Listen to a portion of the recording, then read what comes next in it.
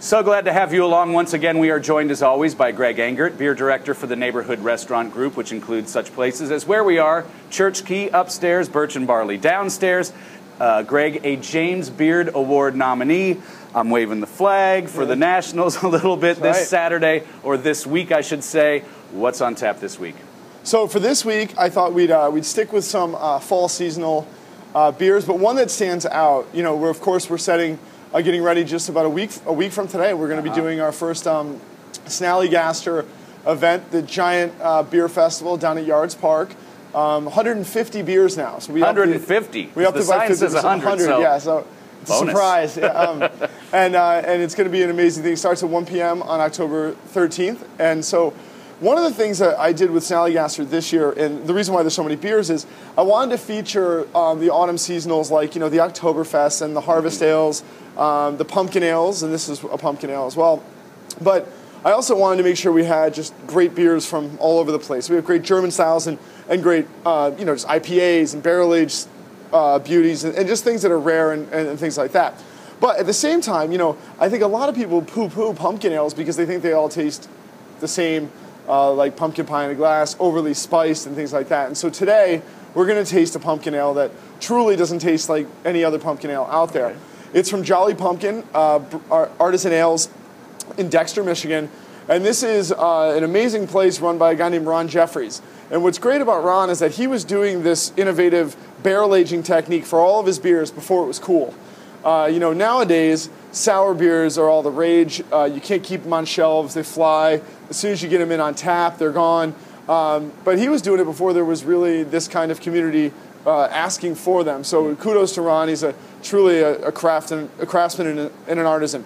So every single one of Jolly Pumpkin's beers, after being brewed on a stainless steel kind of modern system, all Belgian-inspired styles typically, each and every one goes into oak barrels. They could be European oak or American oak. They're always new. They're not barrels that have held wine or spirits before, which is a little bit different.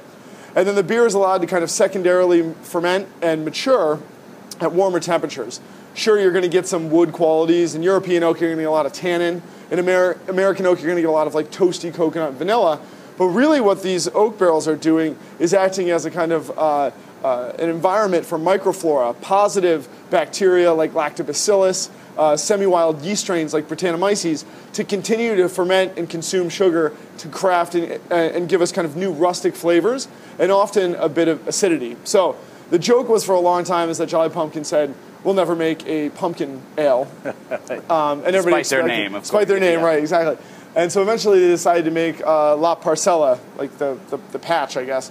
And this is their pumpkin ale. So it's brewed with some pumpkin. And this is a keynote about pumpkin in brewing today is that it's really just a method of feeding yeast. It's not added to taste like pumpkin itself. It's a simplified sugar source that kind of just gets the alcohol up without leaving a lot of residual sweetness. It's got the classic pumpkin pie spices. One thing that's a little bit different is he added some cocoa. So this gives it a touch of kind of chocolatey quality. And then, like I said, it goes into those barrels, which is going to change everything. It still has remnants of the pumpkin ales we'd expect, but this beautiful acidity as well. Yeah, not overpowering. Not overpowering at all. Little bit of cinnamon, a little bit of ginger quality. But then there's that great rustic kind of funkiness to it. Oh, that's nice. Almost wine-like. And you can tell. Oh, yeah. It's dry. It's really, really dry. Very tannic in quality, but very refreshing as well. And the taste changes a lot, right? Through the sip. Absolutely. Now, before we started today, you and I were talking about shelf life of beer, and it's different for different types of beer. Absolutely, yeah. So I was curious if you're seeing all these great pumpkin ales and Oktoberfests on the shelves now at your local store, probably. What is the shelf life on something like this? If I go in January, for example, and see Pumpkin, which we did a couple weeks ago, would it still be any? It would be. I would say that, just like wine, most beers should be consumed as fresh as possible. Only a small percentage will, quote unquote, lay down well.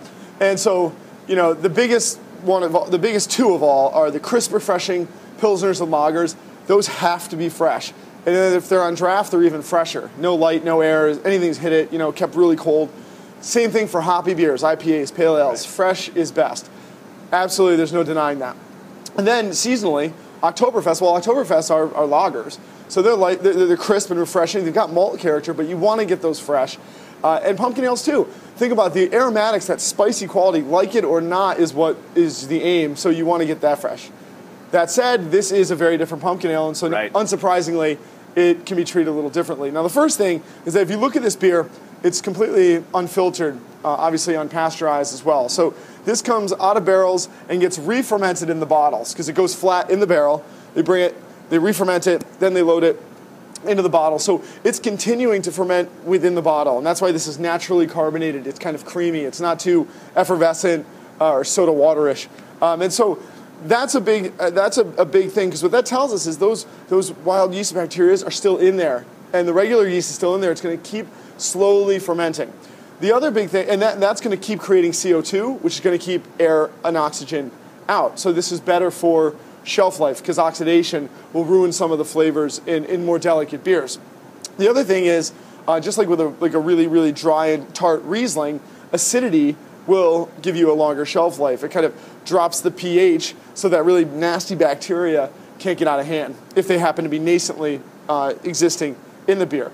And also, tartness will kind of mellow over time. So the really dry and tannic quality we get here will actually soften over time. So this is a beer that not only could lay down well, but you might even want to lay it down for a little bit if you want to get rid of some of that tannin. Or definitely try one fresh bottle. Of course, and then compare later. Don't starve yourself. If your mouth will remember. Yeah. Pretty versatile. What would you pair this with? Well, again, these wine is great with food, and any beer that reminds us somewhat of wine can do the same thing. So we've got acid here.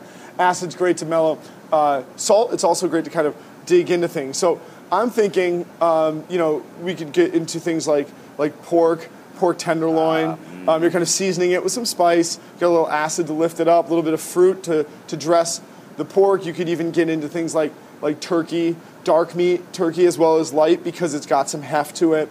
And I'm already starting to think, towards Thanksgiving. Not far away.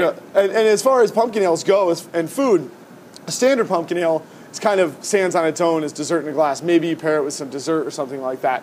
But with this one, I think you can get away with having it with your more savory courses, and that's because of the acid. Would you recommend, if someone wanted to try some, because there's a bunch of pumpkin ales out there. I liked Pumpkin. This is great. Would you recommend someone buying 6 different ones and sort of doing their own test definitely. at home, or would they be distinctive enough? I think I think if you chose that's the question, because at the end of the day, there is, and it's the same thing in some ways with Märzen or Oktoberfest. I mean, there are subtly nuanced differences, but they are generally very, very similar styles. And there are better ones, there are slightly less great ones, and when you're doing a pumpkin ale tasting, I would say to try to, maybe find one of those standard ones that is just lower in alcohol, great pumpkin pie spices like New Holland Ichabod or Brooklyn Post Road Pumpkin Ale or something like that. That's just your standard. Then you're going to want to go find an Imperial Pumpkin Ale like Weyerbacher Imperial Pumpkin Ale or Southern Tier Pumpkin. And at the very least, you're going to want to find like a kind of a funky one like this, a barrel-aged and sour pumpkin ale. Or you can try to find, say, a bourbon barrel-aged pumpkin ale like the Greater Pumpkin from Heavy Seas Brewing Company. Or if you're really lucky, you can find some bottles of Avery Rumpkin, which is a giant, I think it's like 17% pumpkin ale aged in rum barrels, which is really hard to find, but it's delicious as well. Okay, there's your holiday homework project. Do it and report back to us. Next week, we'll hear from a Beer of the Week viewer, a question for Greg. If you have a question for Greg, email us at beeroftheweek@WTOP.com. Greg, we appreciate your time as always. Thank you. Everyone, please do always drink responsibly, and be sure to bring your thirst next time for another Beer of the Week.